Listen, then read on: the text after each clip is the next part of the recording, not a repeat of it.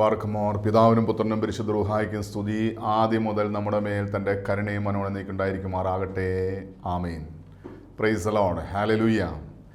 ദൈവ തിരുനാമത്തിന് മഹത്വമുണ്ടായിരിക്കട്ടെ. ദൈവത്തിൻ്റെ വലിയ കൃപയാൽ ദൈവവചനവുമായി ദൈവസന്നിധിയിൽ നമുക്കായിരിക്കാൻ സ്വർഗത്തിലെ ദൈവം നമുക്കൊരുക്കിയ ഈ നല്ല അവസരത്തിനായി ദൈവത്തെ മഹത്വപ്പെടുത്താം. ഇപ്പോൾ പരിശുദ്ധ സഭ വലിയ നോമ്പിലൂടെ കടന്നു പോവുകയാണ്. വലിയ നോമ്പ് അനുതാപത്തിൻ്റെ ദിവസങ്ങളാണ്. ഒരു വ്യക്തിയുടെ ജീവിതത്തിൽ പാപിയാണെന്ന് സമ്മതിച്ച് പാപമോചനം പ്രാപിക്കുവാൻ സ്വർഗത്തിലെ ദൈവം ഒരുക്കിയിരിക്കുന്ന അനുഗ്രഹിക്കപ്പെട്ട ദിവസങ്ങളാണ് പരിശുദ്ധമായ വലിയ നോമ്പ്. വിശുദ്ധ ലൂക്കോസിന് രക്ഷാസുവിശേഷം 24 അധ്യായം 47 വാക്യം കർത്താവിൻ്റെ വചനം ഇങ്ങനെ പറയുന്നുണ്ട്. മരണത്തെ ജയിച്ച് ഉയർത്തെഴുന്നേറ്റ കർത്താവായ യേശുക്രിസ്തു സ്ലീഹന്മാരോട് പറയുന്ന ഒരു കൽപ്പനയാണ്. പാപമോചനത്തിനുള്ള അനുതാപം അവൻ്റെ നാമത്തിൽ ജെറുസലേമിൽ ആരംഭിച്ച് എല്ലാ ജനതകളോടും പ്രഘോഷിക്കപ്പെടേണ്ടിയിരിക്കുന്നു. ഇത് മരണത്തെ ജയിച്ച് ഉയർത്തെഴുന്നേറ്റ കർത്താവായ യേശുക്രിസ്തു ശിഷ്യന്മാരോട് പറഞ്ഞ ഒരു കൽപ്പനയാണ്. പാപമോചനത്തിലുള്ള അനുതാപം അത് ജെറുസലേമിൽ തുടങ്ങി എല്ലാ ജനതകളോടും പ്രഘോഷിക്കപ്പെടണമെന്ന് കർത്താവായ യേശുക്രിസ്തു പഠിപ്പിക്കുകയാണ്. എന്തിനാണ് ഈ അനുതാപം പ്രഘോഷിക്കപ്പെടേണ്ടത്? അതിനെക്കുറിച്ച് ധ്യാനിക്കുമ്പോൾ, ചിന്തിക്കുമ്പോൾ ദൈവത്തിൻ്റെ വചനം ഓർമ്മപ്പെടുത്തുന്നത് അനുതാപത്തിലൂടെ അനേക അനുഗ്രഹങ്ങൾ ദൈവം നമുക്ക് വാഗ്ദാനം ചെയ്തിട്ടുണ്ട്. അതുകൊണ്ട് ഈ പരിശുദ്ധമായ നോമ്പിൽ നാം എത്രമാത്രം അനുതപിക്കുന്നോ അത് നമ്മുടെ വ്യക്തിപരമായ ജീവിതത്തിൻ്റെ അനുഗ്രഹത്തിന് മുഖാന്തരമായി തീരും. അനുതാപം ഒരു വ്യക്തിയുടെ ജീവിതത്തിൽ അനുഗ്രഹത്തിന് കാരണമാണ്. അനുതാപം എന്ന് പറഞ്ഞാൽ എന്താണ് നമുക്കറിയാം. അനുതപിക്കുക എന്ന് പറഞ്ഞാൽ പശ്ചാത്തപിക്കുക. അതായത് ഞാൻ പാപിയാണെന്ന് സമ്മതിക്കുന്ന പ്രവൃത്തിയാണ് അനുതാപം എന്ന് പറയുന്നത്. അനുതാപത്തിലൂടെ ഒരു മനുഷ്യന് ലഭിക്കുന്ന ഏറ്റവും വലിയ അനുഗ്രഹമാണ് അനുതാപം. ഒരു മനുഷ്യനെ ആനന്ദത്തിലേക്ക് നയിക്കുന്നു. അങ്ങനെയാണെങ്കിൽ ഈ കാലഘട്ടത്തിൽ നാം ദൈവസന്നിധിയിൽ പാപിയാണെന്ന് സമ്മതിച്ച് ഏറ്റുപറഞ്ഞ് ദൈവസന്നിധിയിൽ അനുതപിക്കുന്നത് അത് ഒരു വ്യക്തിയുടെ ജീവിതത്തിൽ ആനന്ദത്തിന് കാരണമായി തീരും. ഈ നോമ്പ് തീരുമ്പോൾ യഥാർത്ഥമായ ദൈവീക സന്തോഷം, ആനന്ദം അനുഭവിക്കുവാൻ നമുക്ക് കാരണമായി തീരുന്നില്ലെങ്കിൽ നാം ഈ നോമ്പ് വ്യർത്ഥമായി നോക്കി. അതുകൊണ്ട് ഈ നോമ്പ് ഒരു അനുഗ്രഹമായി തീരുവാൻ, ആനന്ദത്തിന് കാരണമായി തീരുവാൻ, അനുദപിക്കുന്ന ഒരു ഹൃദയം ലഭിക്കാൻ വേണ്ടി നമുക്ക് ദൈവസന്നിധിയിൽ പ്രാർത്ഥിക്കാം. കർത്താവിന്റെ വചനം പരിശോധിക്കുമ്പോൾ കർത്താവായ യേശുക്രിസ്തു അനുതാപത്തെക്കുറിച്ച് പഠിപ്പിക്കുന്നുണ്ട്. ഒരു വ്യക്തിയുടെ ജീവിതത്തിൽ മാത്രമല്ല, സ്വർഗം മുഴുവൻ സന്തോഷിക്കുന്നത് ഒരു മനുഷ്യൻ പാപിയാണെന്ന് സമ്മതിക്കുമ്പോഴാണ്, അനുതപിക്കുമ്പോഴാണ്. യെശയ്യാപ്രവാചകന്റെ പുസ്തകം 1 അധ്യായം 4 വാക്യം ഒരു മനുഷ്യൻ്റെ അകൃത്യത്തെ കണ്ടുകൊണ്ട്, പാപത്തെ കണ്ടുകൊണ്ട് ദൈവം നിലവിളിക്കുകയാണ്. ദൈവം എന്തു പറഞ്ഞ നിലവിളിക്കുന്നത്? അയ്യോ പാപമുള്ളൊരു ജാതി, അകൃത്യഭാരം ചുമക്കുന്ന ജനം, ദുഷ്പ്രവർത്തിക്കാരുടെ സന്തതി, വഷളായി നടക്കുന്ന മക്കൾ, അവർ യഹോവയായ ദൈവത്തെ ഉപേക്ഷിച്ച് ഇസ്രായേലിൻ്റെ പരിശുദ്ധനെ നിരസിച്ച് പിറകിലേക്ക് മാറിക്കളഞ്ഞിരിക്കുന്നു. മനുഷ്യൻ്റെ പാപത്തെ കണ്ടുകൊണ്ട് ദൈവം നിലവിളിക്കുകയാണ്, ദൈവം വേദനിക്കുകയാണ്. വീണ്ടും ഉൽപ്പത്തി പുസ്തകം 6 അധ്യായം അതിൻ്റെ 5ഉം 6ഉം വാക്യം വായിക്കുമ്പോൾ മനുഷ്യനെ സൃഷ്ടിച്ച ദൈവം, മനുഷ്യനെ സൃഷ്ടിച്ചതിനെ ഓർത്ത് ദൈവം വേദനിക്കുന്നതായി, അനുതപിക്കുന്നതായി അവിടെ കാണാൻ സാധിക്കും. അവിടെ വചനം ഇങ്ങനെ എഴുതിയിരിക്കുന്നു: ഭൂമിയിൽ മനുഷ്യൻ്റെ ദുഷ്ടത വലിയതെന്നും അവൻ്റെ ഹൃദയവിചാരങ്ങളുടെ നിരൂപണമൊക്കെയും എല്ലായ്പ്പോഴും ദോഷമുള്ളതെത്രയെന്ന് യഹോവയായി ദൈവം കണ്ടു. താൻ ഭൂമിയിൽ മനുഷ്യനെ ഉണ്ടാക്കിയതുകൊണ്ട് യഹോവ അനുതപിച്ചു, അതവൻ്റെ ഹൃദയത്തിന് ദുഃഖമായി. ദൈവം വലിയ സ്വപ്നം കണ്ടുകൊണ്ടാണ് മനുഷ്യനെ ഭൂമിയിൽ സൃഷ്ടിച്ചത്. മനുഷ്യനെക്കുറിച്ച് വലിയ പദ്ധതികൾ വിഭാവനം ചെയ്തുകൊണ്ടാണ് സ്വർഗത്തിലെ ദൈവം മനുഷ്യനെ സൃഷ്ടിച്ചത്. എന്നാൽ മനുഷ്യൻ പാപം ചെയ്തപ്പോൾ അവൻ ദൈവത്തിൽ നിന്ന് അകന്നു പോയപ്പോൾ മനുഷ്യനെ സൃഷ്ടിച്ച ദൈവം വേദനിക്കുകയാണ്. യോബിൻ്റെ പുസ്തകം 15-ാം അധ്യായം 16-ാം വാക്യത്തിൽ കർത്താവ് വചനം പറയുന്നുണ്ട്, പിന്നെ മ്ലേച്ഛതയും വഷളത്വമുള്ളവനായി വെള്ളം പോലെ അകൃത്യം കുടിക്കുന്ന മനുഷ്യൻ എങ്ങനെ? പാപത്തെ പച്ചവെള്ളം പോലെ ഊറ്റിക്കുടിക്കുന്ന ഒരു വിഭാഗത്തെ കണ്ടുകൊണ്ട്, ഒരു ജനത്തെ കണ്ടുകൊണ്ട് ദൈവം വേദനിക്കുകയാണ്. അതുകൊണ്ട് ദൈവം പറയുകയാണ്, യെശയ്യാപ്രവാചകന്റെ പുസ്തകം 1-ാം അധ്യായം 5-ാം വാക്യത്തിൽ പറയുകയാണ്, നിങ്ങൾ കൈമലർത്തുമ്പോൾ എൻ്റെ കണ്ണ് മറച്ചു കളയും, നിങ്ങൾ എത്ര തന്നെ പ്രാർത്ഥന കഴിച്ചാലും ഞാൻ കേൾക്കിയില്ല, നിങ്ങളുടെ കൈ രക്തം കൊണ്ട് നിറഞ്ഞിരിക്കുന്നു. മനുഷ്യൻ പാപം ചെയ്ത് പാപത്തിൽ ജീവിക്കുന്ന കണ്ടുകൊണ്ട് ദൈവം വേദനിക്കുകയാണ്. ഇന്ന് ഈ ദൈവവചനം കേൾക്കുമ്പോൾ നമ്മൾ സ്വയം ഒന്ന് പരിശോധിക്കണം. എന്നെ കണ്ടുകൊണ്ട് എൻ്റെ ദൈവം വേദനിക്കുകയാണോ അതോ സന്തോഷിക്കുകയാണോ? ഒരു മനുഷ്യൻ പാപം ചെയ്യുമ്പോൾ ദൈവം വേദനിക്കുന്നുവെങ്കിൽ, ഒരു മനുഷ്യൻ പാപിയാണെന്ന് സമ്മതിച്ച് അനുതപിച്ച് പാപങ്ങൾ ഏറ്റുപറഞ്ഞുപേക്ഷിക്കുമ്പോൾ ദൈവത്തിൻ്റെ ഹൃദയത്തിന് വലിയ സന്തോഷമുണ്ടാകുകയാണ്. ഇവിടെ കർത്താവിൻ്റെ വചനം വ്യക്തമായത് വെളിപ്പെടുത്തുന്നുണ്ട്. വിശുദ്ധ ലൂക്കോസിന്റെ സുവിശേഷം 15-ാം അധ്യായം 7-ാം വാക്യം, അവിടെ ദൈവമായ കർത്താവ് അരുളി ചെയ്യുകയാണ്, അങ്ങനെ തന്നെ മാനസാന്തരം കൊണ്ട് ആവശ്യമില്ലാത്ത 99 നീതിമാന്മാരെ കുറിച്ചുള്ളതിനേക്കാൾ മാനസാന്തരപ്പെടുന്നൊരു പാപിയെ ചൊല്ലി സ്വർഗത്തിൽ അധികം സന്തോഷമുണ്ടാകും. സ്വർഗം സന്തോഷിക്കുന്ന എപ്പോഴാണ്? പാപിയാണെന്ന് സമ്മതിക്കുമ്പോൾ, അനുതപിക്കുമ്പോൾ. ഇവിടെ നമ്മുടെ വ്യക്തിപരമായ ജീവിതത്തിൽ നമുക്ക് അനുതപിക്കാൻ മനസ്സില്ല. നമ്മൾ സ്വയം നീതീകരിക്കുന്നവരാണ്. ഞാൻ അത്യാവശ്യം പ്രാർത്ഥിക്കുന്നുണ്ട്, പള്ളിയിൽ പോകുന്നുണ്ട്, നോമ്പുകളെല്ലാം കൃത്യമായി നോക്കുന്നുണ്ട്, ഞാനൊരു ഭക്ത ജീവിതം നയിക്കുന്ന വ്യക്തിയാണെന്ന് സ്വയം നീതീകരിക്കുന്നവരാണ് നമ്മൾ ഓരോരുത്തരും. എന്നാൽ ദൈവത്തിൻ്റെ വചനം പറയുകയാണ്, അനുതപിക്കുന്ന പാപിയാണെന്ന് സമ്മതിക്കുന്ന വ്യക്തിയെക്കുറിച്ച് സ്വർഗത്തിൽ വലിയ സന്തോഷമുണ്ട്. ഇവിടെ യേശു പറയുകയാണ്, 99 നീതിമാന്മാരെ കുറിച്ചുള്ളതിനേക്കാൾ പാപിയാണെന്ന് സമ്മതിക്കുന്ന, അനുതപിക്കുന്ന ഒരു വ്യക്തിയെക്കുറിച്ച് സ്വർഗത്തിൽ വലിയ സന്തോഷമുണ്ട്. ഇവിടെ 100 പേര് നിരന്നു നിൽക്കുകയാണ്. ഇതിൽ 99 പേരും സ്വയം നീതീകരിച്ചുകൊണ്ട് പറയുകയാണ്, ഞാൻ വലിയ പാപമൊന്നും ചെയ്യാറില്ല, ഞാനൊരു ഭക്തനാണ്, ഞാൻ നീതിമാനാണ്, ഞാനൊരു വിശുദ്ധനാണ്, ഞാനൊരു വിശുദ്ധയാണ്. എന്നാൽ 100ാമത് നിൽക്കുന്ന വ്യക്തി കമിഴ്ന്ന് വീണ് നിലവിളിച്ചുകൊണ്ട് പറയുകയാണ്, ദൈവമേ, ഞാൻ സ്വർഗത്തിനെതിരായി അങ്ങേക്കെതിരായി പാപം ചെയ്തു പോയി, എന്നോട് കരുണ തോന്നണമേ എന്ന് നിലവിളിക്കുമ്പോൾ ആ വ്യക്തിയെക്കുറിച്ച് സ്വർഗത്തിൽ വലിയ സന്തോഷമുണ്ട് എന്ന് കർത്താവായ യേശു ക്രിസ്തു പഠിപ്പിക്കുക. സ്വർഗം സന്തോഷിക്കുക എന്ന് പറഞ്ഞാൽ സ്വർഗത്തിൽ ദൈവം സന്തോഷിക്കുന്നു, ദൂതന്മാർ, മാലാഖമാർ സന്തോഷിക്കുന്നു.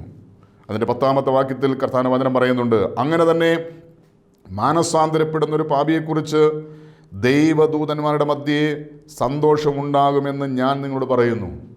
അപ്പോൾ ഒരു വ്യക്തി പാപിയാണെന്ന് സമ്മതിച്ച് അനുതപിച്ച് പാപമോചനത്തിന് വേണ്ടി ആഗ്രഹിക്കുമ്പോൾ ആ വ്യക്തിയെ കണ്ടുകൊണ്ട് സ്വർഗത്തിലെ ദൂതന്മാർ വലിയ സന്തോഷം, ആനന്ദം പ്രകടിപ്പിക്കുകയാണ്. അപ്പോൾ ദൂതന്മാർ സന്തോഷിക്കുന്നു, ദൈവം സന്തോഷിക്കുന്നു.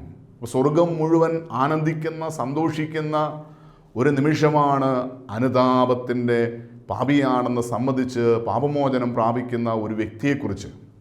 അങ്ങനെയാണെങ്കിൽ അനുതപിക്കുന്ന ഒരു വ്യക്തി ആനന്ദം നൽകുന്നു, അത് സ്വർഗം മുഴുവൻ സന്തോഷം നൽകുന്നു.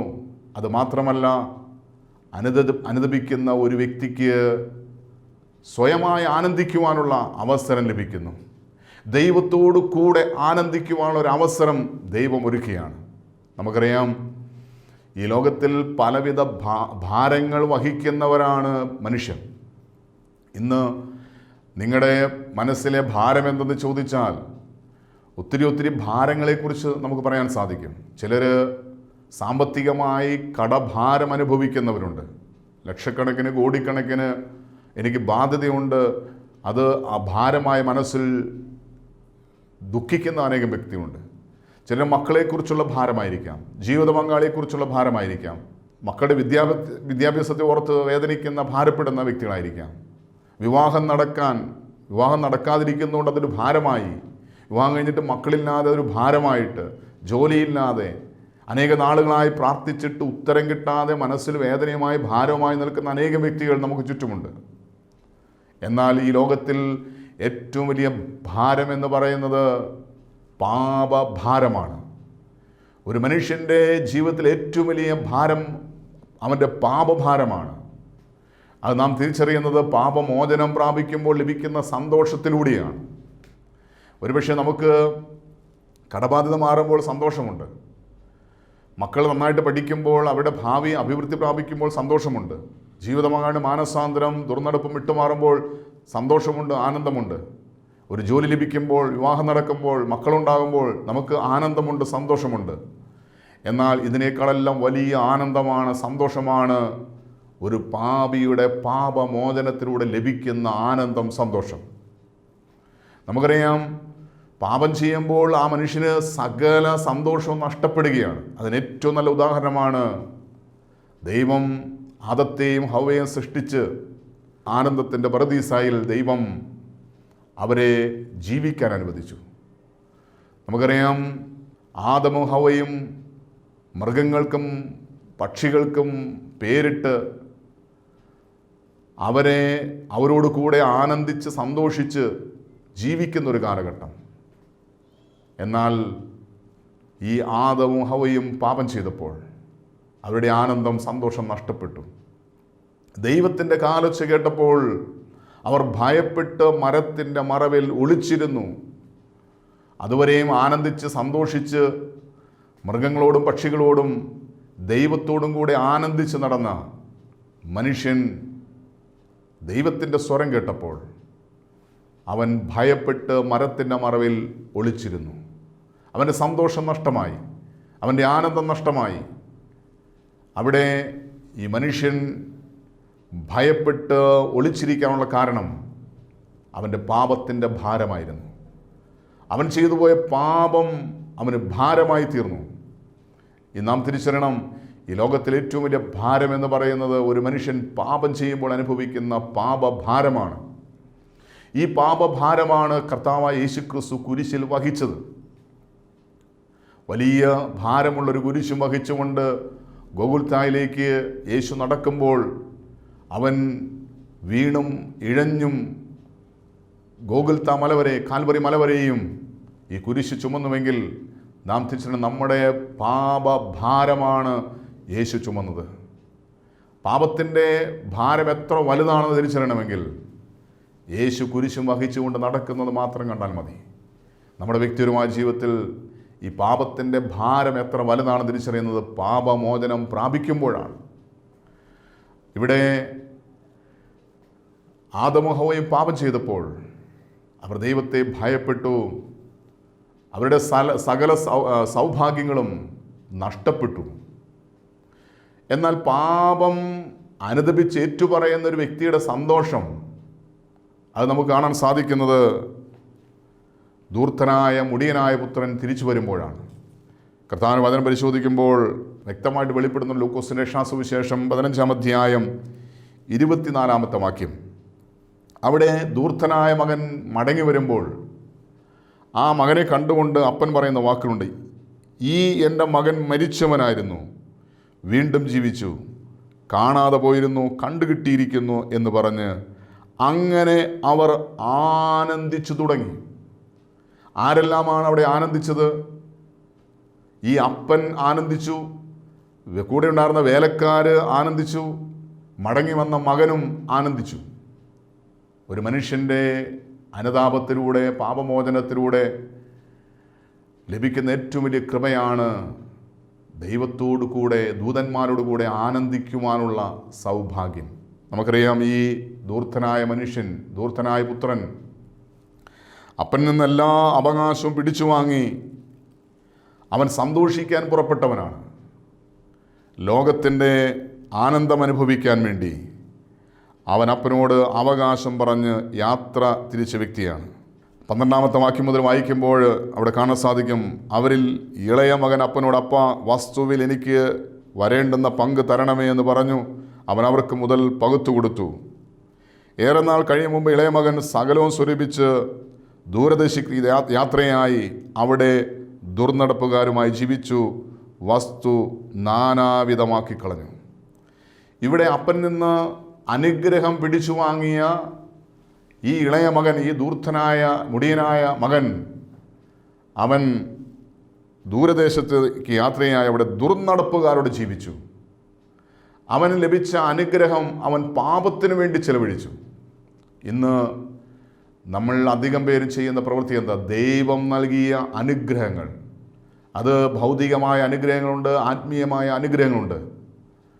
പരിശുദ്ധനായ പൗലോസ് പറഞ്ഞു, ഞാൻ എന്തായിരിക്കുന്നു അത് ദൈവത്തിൻ്റെ കൃപയാണ്. കൃപ എന്ന വാക്കിൻ്റെ അർത്ഥം അർഹതയില്ലാത്ത ദാനം. ദൈവം നമുക്ക് നൽകിയ, അർഹതയില്ലാതെ ദൈവം നമുക്ക് നൽകിയ ദാനങ്ങളായ അനുഗ്രഹങ്ങൾ നാം ഏറ്റവും കൂടുതൽ പാപത്തിന് വേണ്ടി ചെലവഴിച്ചില്ലേ? ഇന്ന് മുടിയനായ പുത്രനെ പോലെ, ഈ ധൂർത്ത മനുഷ്യനെ പോലെ ദുർനടപ്പുകാരുമായി, ദൈവം നൽകിയ കൃപകൾ, അനുഗ്രഹങ്ങൾ ദുർനടപ്പുകാരുമായി, പാപികളുമായി കൂട്ടുകൂടി പാപത്തിനു വേണ്ടി, പാപസുഖങ്ങൾക്ക് വേണ്ടി, പാപം നൽകുന്ന നൈമിഷികമായ സുഖങ്ങൾക്ക് വേണ്ടി നാം ചെലവഴിച്ചവരല്ലേ?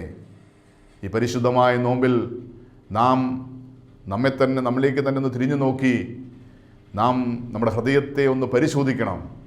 കഴിഞ്ഞ നാളിൽ ദൈവം നൽകിയ നന്മകൾ, ദൈവം നൽകിയ കൃപകൾ, ദൈവം നൽകിയ അനുഗ്രഹങ്ങൾ പാപത്തിനു വേണ്ടി ചെലവഴിച്ചവരല്ലേ നമ്മൾ? ഇവിടെ മനുഷ്യൻ അതിൻ്റെ 14-ാമത്തെ വാക്യത്തിൽ പറയണ എല്ലാം ചെലവഴിച്ച ശേഷം ആ ദേശത്ത് കഠിന ക്ഷാമമുണ്ടായി അവന് മുട്ടുവന്നു തുടങ്ങി. അവിടെ അവൻ ആ ദേശത്തുള്ള അനേകം പേരെ ആശ്രയിച്ചു. അവനെ വയൽ പന്നികളെ മേയ്പ്പാൻ അയച്ചു. ഇവിടെ അവൻ്റെ അപ്പൻ്റെ അനുഗ്രഹം, അപ്പൻ നൽകിയ അനുഗ്രഹം നാനാവിധമായി നശിപ്പിച്ചു കളഞ്ഞപ്പോൾ അവസാനം അവന് ദാരിദ്ര്യമായി. നാം തിരിച്ചറിയണം, ദൈവം നൽകുന്ന അനുഗ്രഹങ്ങൾ നാം പാപത്തിന് വേണ്ടി ചിലവഴിക്കുമ്പോൾ നമ്മുടെ ജീവിതത്തിൽ കഷ്ടതയുണ്ടാകും, ദാരിദ്ര്യമുണ്ടാകും. പാപത്തിൻ്റെ ശമ്പളമാണ് ദാരിദ്ര്യം.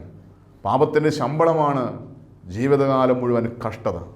നമുക്കറിയാം, ആദിപിതാവായ ആദം പാപം ചെയ്തപ്പോൾ ഉൽപ്പത്തി പുസ്തകം 3-ാം അധ്യായം 17 മുതൽ വാക്യങ്ങളിൽ ദൈവമായ കർത്താവ് അരുളി ചെയ്യുന്നുണ്ട്, നിന്റെ പാപനിമിത്തം ഭൂമി ശപിക്കപ്പെട്ടിരിക്കും. വീണ്ടും ദൈവം പറയാണ്, നീ അധ്വാനിക്കുമ്പോൾ മണ്ണ് നിനക്ക് ഫലം നൽകിയില്ല, നീ കഷ്ടതയോടെ അതിൽ നിന്ന് അഹോവൃത്തി അനുഭവിക്കും. അതായത് ആദം പാപം ചെയ്തപ്പോൾ ദൈവമായ കർത്താവ് പറയുകയാണ്, നിന്റെ പാപനിമിത്തം ഭൂമി ശമിക്കപ്പെട്ടിരിക്കും. വീണ്ടും ദൈവം പറയുകയാണ്, നീ കഷ്ടതയോടെ അതിൽ നിന്ന് അഹോവൃത്തി അനുഭവിക്കും. നീ എന്ത് നട്ടാലും നിനക്ക് അഭിവൃദ്ധി ലഭിക്കുകയില്ല.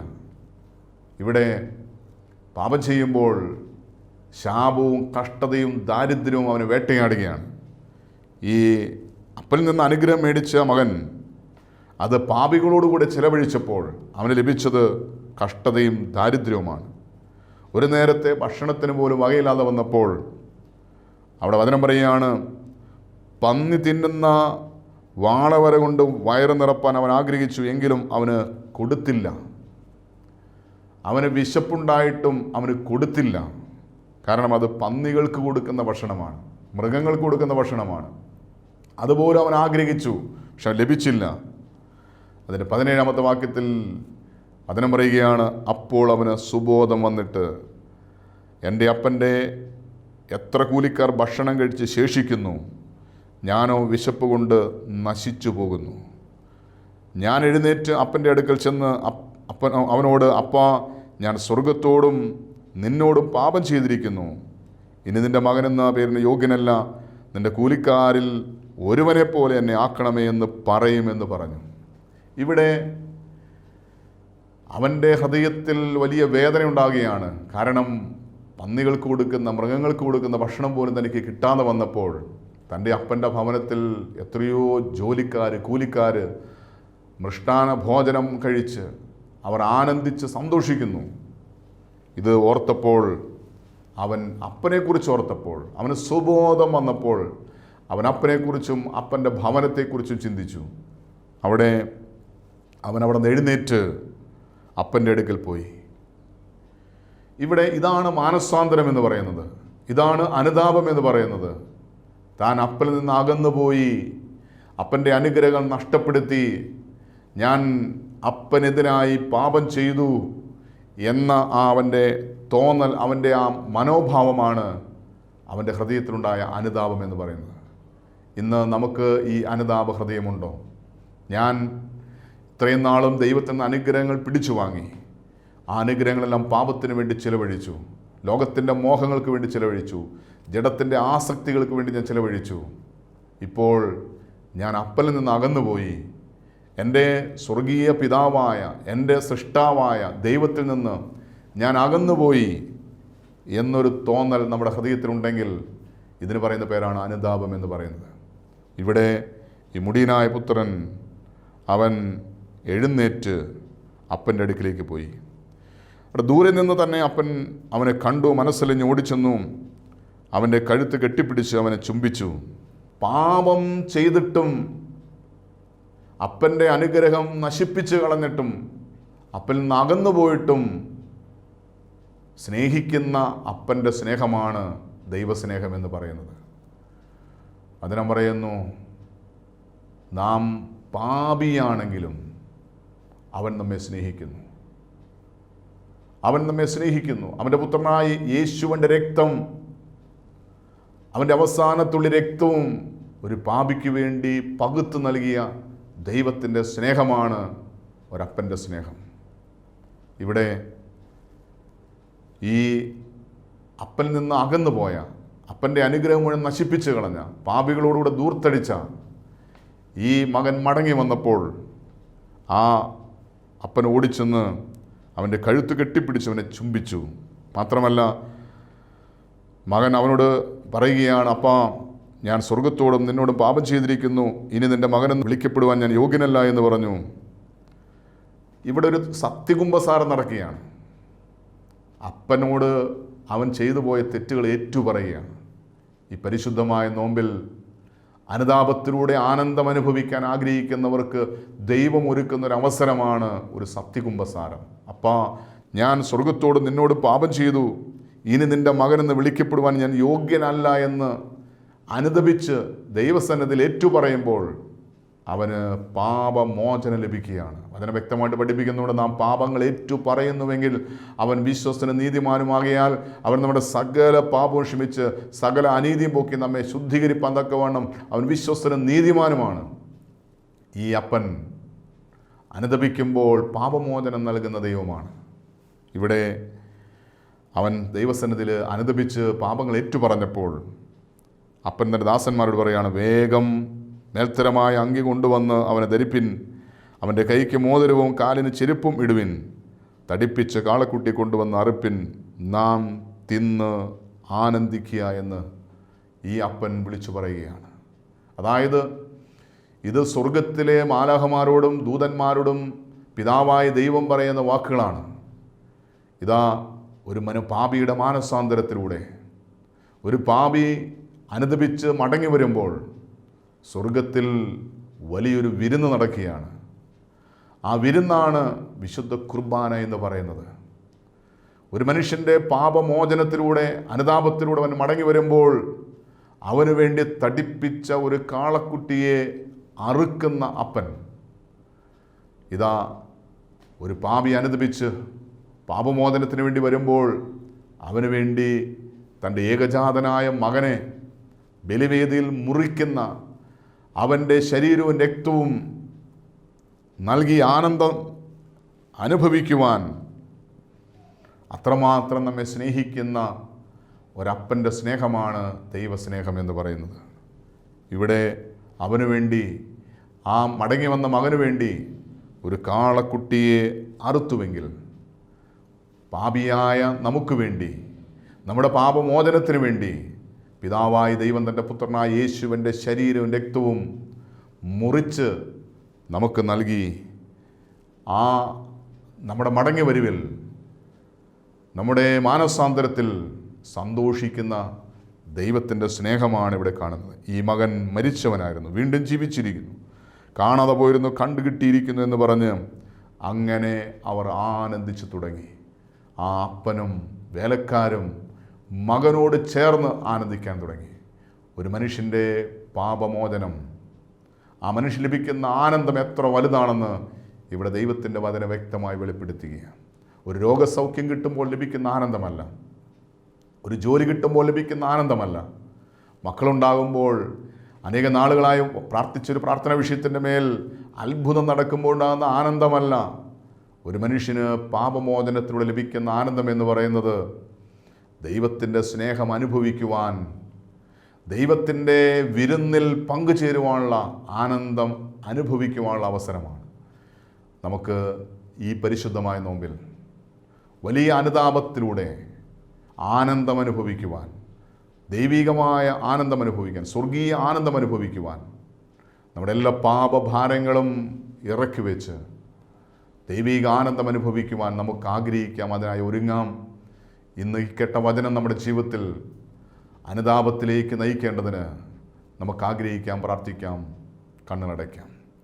ബാറക്കുമോർ, ഞങ്ങൾ അത്യധികമായി സ്നേഹിക്കുന്ന ഞങ്ങളുടെ സ്വർഗീയ പിതാവാൻ നല്ല ദൈവമേ, അനുതാപത്തിലൂടെ ലഭിക്കുന്ന ആനന്ദത്തെക്കുറിച്ച് ഞങ്ങൾക്ക് നൽകിയ ബോധ്യത്തിനായി നന്ദി പറയുന്നു കർത്താവേ. ഈ ലോകത്തിൽ ഞങ്ങൾ പാപം ചെയ്യുമ്പോൾ അവിടുന്ന് എത്രമാത്രം വേദനിക്കുന്നു എന്ന് ഞങ്ങൾ തിരിച്ചറിയുന്നു. എന്നാൽ ഞങ്ങൾ അനുദപിച്ച് പാപങ്ങൾ ഏറ്റുപറഞ്ഞ് മാനസാന്തരത്തിൻ്റെ തിരിച്ചുവരവിലൂടെ കർത്താവ് ഞങ്ങൾക്ക് വേണ്ടി അവിടുന്ന് സ്വർഗീയമായൊരു വിരുന്നൊരുക്കി അവിടുത്തെ പുത്രനായ യേശുവിൻ്റെ തിരു ശരീര രക്തങ്ങൾ അനുഭവിക്കുവാനുള്ള കൃപ നൽകി സ്വർഗീയ ആനന്ദത്തിലേക്ക് ഞങ്ങളെ നയിക്കുന്നതിൻ്റെ വലിയ സ്നേഹത്തിനായി നന്ദി പറയുന്നു. ഈ വചനം കേൾക്കുന്ന ആരെങ്കിലും പാപത്തിൻ്റെ അനന്തരഫലം മൂലം പാപഭാരം അനുഭവിക്കുന്നവരുണ്ടെങ്കിൽ കർത്താവേ, പാപമോചനത്തിലൂടെ നിൻ്റെ ആനന്ദം അനുഭവിക്കാനുള്ള കൃപ നൽകണമെന്ന് പ്രാർത്ഥിക്കുന്നു. ഈ പരിശുദ്ധമായ നോമ്പിൽ പാപിയാണെന്ന് സമ്മതിക്കുവാൻ, അനുദപിക്കുവാൻ, പാപങ്ങൾ ഏറ്റുപറഞ്ഞ് പാപക്ഷമ സ്വീകരിക്കുവാൻ, സ്വർഗീയ ആനന്ദം അനുഭവിക്കുവാൻ ഞങ്ങൾക്കെല്ലാവർക്കും കൃപ നൽകുമാറാണെന്ന് പ്രാർത്ഥിക്കുന്നു. പരിശുദ്ധ അമ്മേ, ദൈവമാതാവേ, സകല ശുദ്ധിമാന്മാരെ, ശുദ്ധിമതികളെ, കർത്താവിനെ പ്രതി രക്തസാക്ഷികളായ സകല രക്തസാക്ഷികളുമേ, ഞങ്ങളോടൊപ്പം ഞങ്ങൾക്ക് വേണ്ടി മധ്യസ്ഥം വഹിക്കണമേ. പിതാവ്, എല്ലാം മഹത്വം അങ്ങേക്കെല്ലാം. ഞങ്ങൾക്ക് വേണ്ടി ക്രൂശിൽ മരിച്ച് മരണത്തെ ജയിച്ച് ഉയർത്തെഴുന്നേറ്റ് ഇന്നും ജീവിക്കുന്ന ഞങ്ങളുടെ കർത്താവ്, ഞങ്ങളുടെ ദൈവമായ യേശു ക്രിസ്തുവിൻ്റെ നാമത്തിൽ പരിശുദ്ധാത്മാവ് മുഖാന്തരം ചോദിക്കുന്നു. കൃപയോടെ കേൾക്കണം നല്ല പിതാവേ. ആമേൻ.